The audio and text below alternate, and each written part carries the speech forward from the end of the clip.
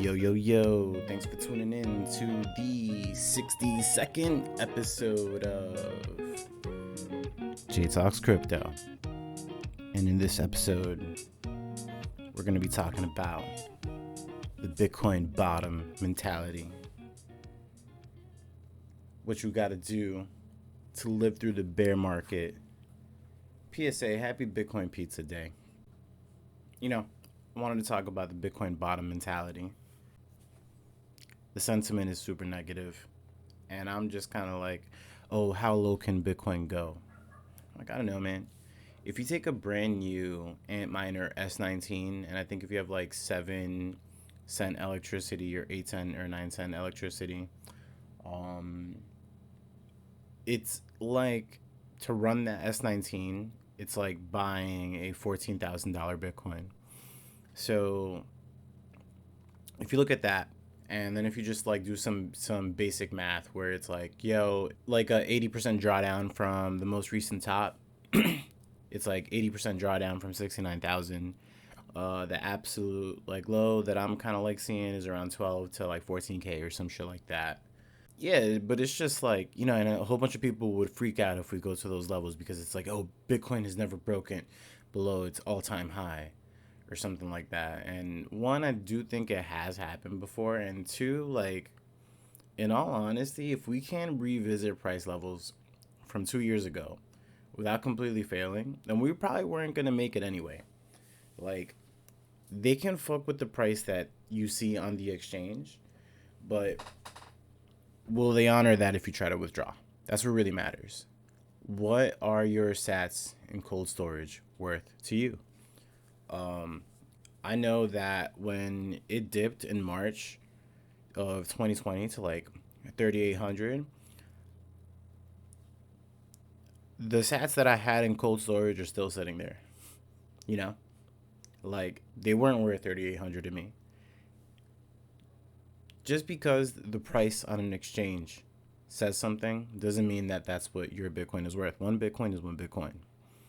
One sat is one sat. 10,000 sats is 10,000 sats. 10 million satoshis is 10 million satoshis. So it's just about staying humble and really, like, it's about like, I wrote this other day. It's been about 24 months since the halving. We were at about $10,000, give or take, around then. That was 2 years ago in May of 2020. If we had increased an average of like $500 to $1,000 per month and then crash to the current levels, like, would you be bugging out? That would look like something like running up to like 34K and then going down to 29. So it's just kind of like about zooming out and seeing like the bigger picture. Someone wrote this thing. It's just like, people are going to fuck up the easiest trade in history. Just buy Bitcoin and wait. And 99% of the people in the world won't fucking do it. And it's going to be sad to see. And I kind of agree with that. It's just like, dude, like, what, did you think you were going to buy this thing today? You were going to buy this thing 6 months ago. And by now, you'd be fucking retired, just chilling, right? It doesn't work like that. Even the dudes who fucking made it in the beginning, like the early super duper OGs, like, they had to wait. You got to put in your time. It's not a get rich quick scheme. It's a don't get poor slowly kind of shit. It's just something to think about. You have to know what you hold.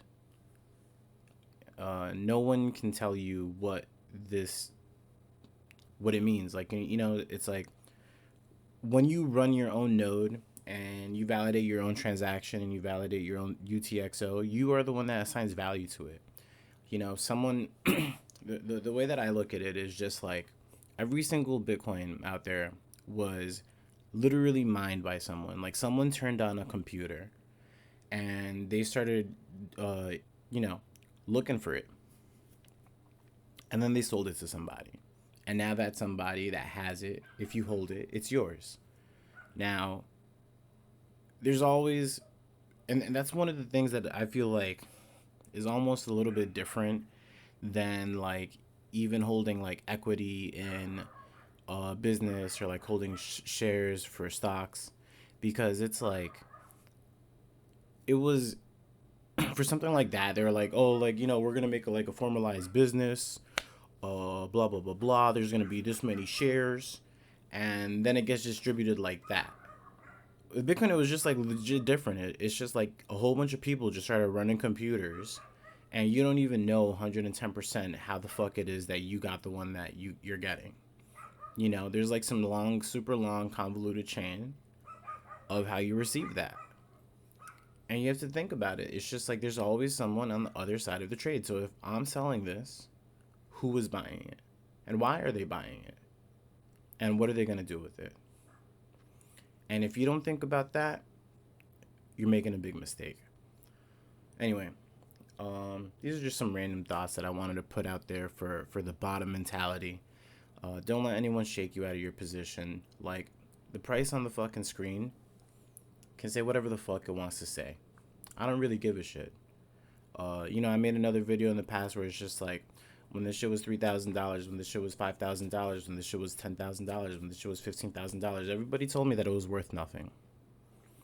And now it's worth $29,000. A couple months ago, it was worth $60,000. 3 weeks before that, it was worth $69,000, and then 55, and then it's just like it just goes up and it just goes down. And that's why I just tell people, don't look at the price, man.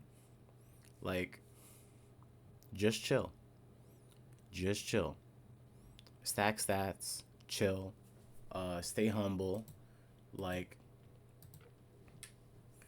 don't pretend you're a trader. Don't use leverage.